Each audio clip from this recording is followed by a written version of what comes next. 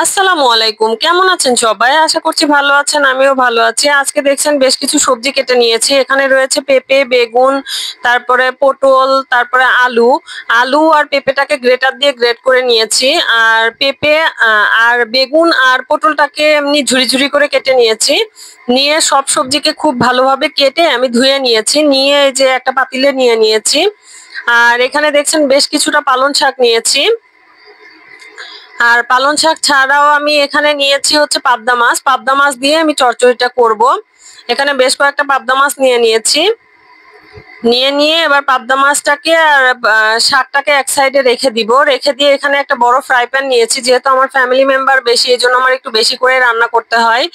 এই জন্য আমি ফ্রাই প্যানটা নিয়ে ফ্রাই প্যানের মধ্যে প্রথমে সবজিটা দিয়ে দিলাম।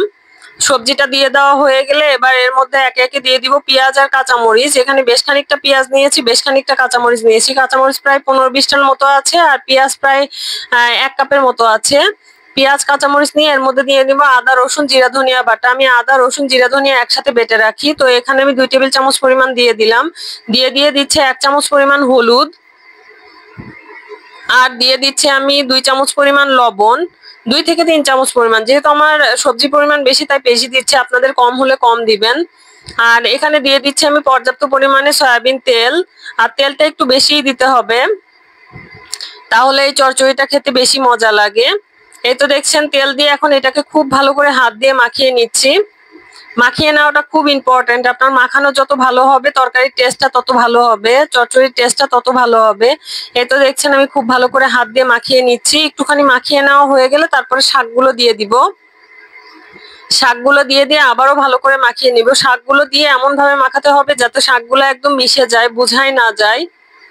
এই তো দেখছেন আমি শাকগুলো দিয়ে খুব ভালো করে মাখিয়ে নিচ্ছি।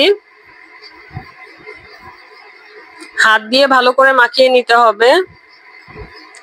এই তো আমার শাকগুলো দিয়েও মাখিয়ে নেওয়া প্রায় শেষ। এখন শাকগুলো প্রায় নরম হয়ে গিয়েছে মাখতে মাখতে। এবার আমি এর মধ্যে সামান্য একটু পানি দিয়ে দিব। যেহেতু শাক আছে, খুব বেশি পরিমাণে পানি দেওয়ার প্রয়োজন নাই। বেশি পরিমাণে পানি দিলে এটা নরম হয়ে যাবে। এই জন্য আমি প্রায় 1-1.5 কাপ পরিমাণ পানি দিয়ে দিলাম। পানি দিয়ে তারপরে এর মধ্যে এই যে মাছটা দিব, এই জন্য এই মাছের মধ্যে প্রথমে হলুদ আর লবণ দিয়ে দিচ্ছি। 1 চামচ পরিমাণ লবণ দিয়ে দিলাম। আর 1 চামচ পরিমাণ হলুদ দিয়ে দিব। হলুদ আর লবণ দিয়ে মাছটাকে ভালো করে মেখে নিব।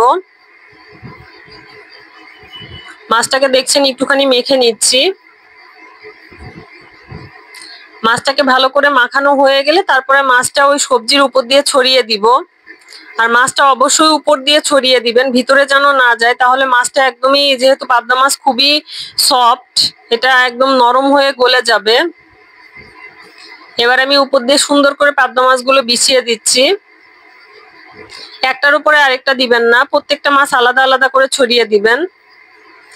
এই তো আমার মাছগুলো বিছিয়ে দেওয়া হয়ে গিয়েছে। আর পানি যেহেতু আমি আগে থেকে দিয়েছি, আর পানি দেওয়ার প্রয়োজন নাই। এবার এটাকে চুলা ধরিয়ে চুলাতে বসিয়ে দিব। বসিয়ে দিয়ে রান্না করব প্রায় 30 থেকে 45 মিনিটের মতো। এটা বেশ সময় লাগে রান্না হতে।